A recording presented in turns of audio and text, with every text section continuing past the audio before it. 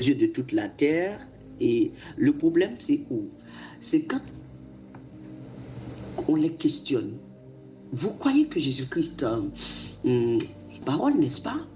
Oui, oui, oui, la parole. Mais vous ne croyez pas qu'il est Dieu?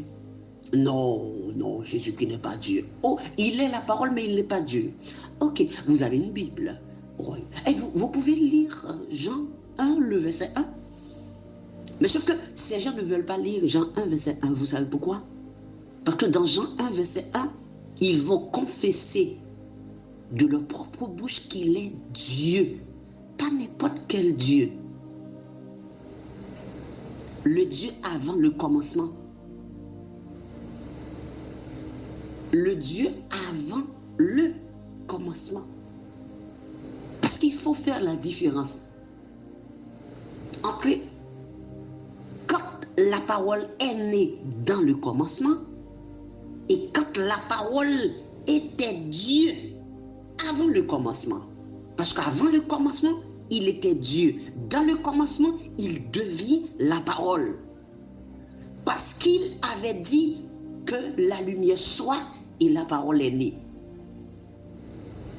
Et quand ils vont lire Jean 1, 1, sans problème. Parce qu'ils vont finir par dire que la parole était Dieu. Maintenant, vous pouvez, comme le témoin de Jéhovah, modifier, vous écrivez Dieu, le petit 2 minuscule. C'est votre problème, sauf que j'entends de votre bouche Dieu. Et après, je vais vous envoyer vous suicider vous-même. Parce que s'il est un petit Dieu, vous devez me dire sur la base de Jérémie 10, le verset 11. Est-ce que ce petit Dieu a créé les cieux et la terre? Vous êtes dans l'embarras parce que vous ne pouvez pas ni infirmer ni confirmer si vous ne croyez pas qu'il est Dieu. Si vous confirmez, c'est qu'il est le seul et l'unique vrai Dieu. Si vous infirmez, c'est que vous devez, sur la base de Jérémie 10, le verset 11, vous devez confirmer que ce Dieu-là, qui est Dieu mais qui n'est pas le Père, il doit disparaître. Comme vous ne pouvez pas dire que Jésus-Christ doit disparaître ou va disparaître, donc vous restez, vous ne répondez pas. Est-il le créateur de toutes choses? Vous ne répondez pas.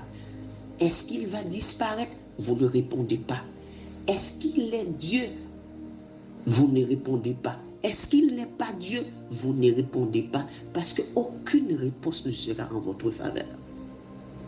Parce que dès que vous reconnaissez Jésus-Christ en tant que Dieu, c'est que vous dites qu'il y a un seul Dieu, c'est que vous dites qu'il est le Père. Tout simplement. Comme les gens qui n'aiment pas entendre ça, il est le Père de lui-même en tant que la parole. Il est le berger de lui-même en tant qu'agneau. Il est le lion de lui-même en tant que juge. Ok? Donc, vous respectez l'évangile de Jésus-Christ et vous aurez la vie. Un point interne. Donc, ce soir, nous allons, ou cet après-midi pour la plupart, nous allons parler de... Alors, déjà, de qui ça nous a parlé. Alors, nous avons plusieurs points pour nous parler. Alors, nous avons essayé de recommander qu'après, dans l'ordre, parce que j'aimerais prendre tous ces points dans l'ordre pour que vous puissiez comprendre. Parce que si... Je sais qu'il y a des gens qui vont comprendre, je sais qu'il y en a qui ne comprendront jamais. Vous savez pourquoi? Parce que Acte 13-48, je n'oublie jamais Acte 13-48, je ne peux oublier Acte 13-48. Parce que Acte 13-48 dit, tous ceux qui étaient destinés à la vie éternelle crurent. Donc pourquoi il faut avoir été destiné à la vie éternelle? Maintenant, je ne peux pas me battre avec vous pour que vous croyiez ou que vous compreniez, comme le Seigneur l'avait dit dans Ésaïe 43, 10. Vous êtes mes témoins, vous et mon serviteur que j'ai choisi, afin que vous sachiez, que vous compreniez, que vous croyiez qu'avant moi, il n'a point été formé de Dieu, et après moi, il n'y en aura point. Moi, c'est une chose que je n'arrive pas à comprendre. Comment vous pouvez lire Ésaïe 43, le verset 10, et maintenant vous êtes en train de citer le Père, un Dieu, le Fils, un autre Dieu. Mais vous êtes malade.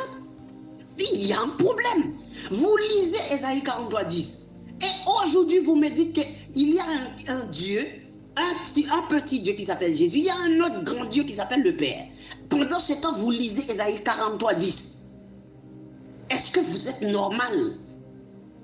Donc cela veut dire, si j'aimerais, j'allais applaudir ou donner raison, mais les démons ont plus de bon sens que vous.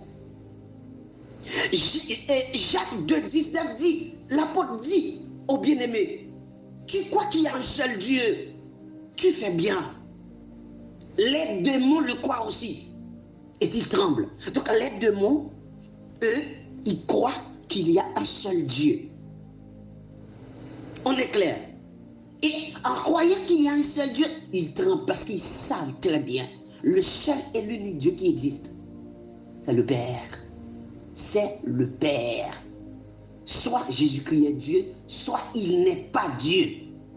S'il est Dieu, il est le Père. Parce qu'il ne peut pas être Dieu et qu'il n'est pas le Père.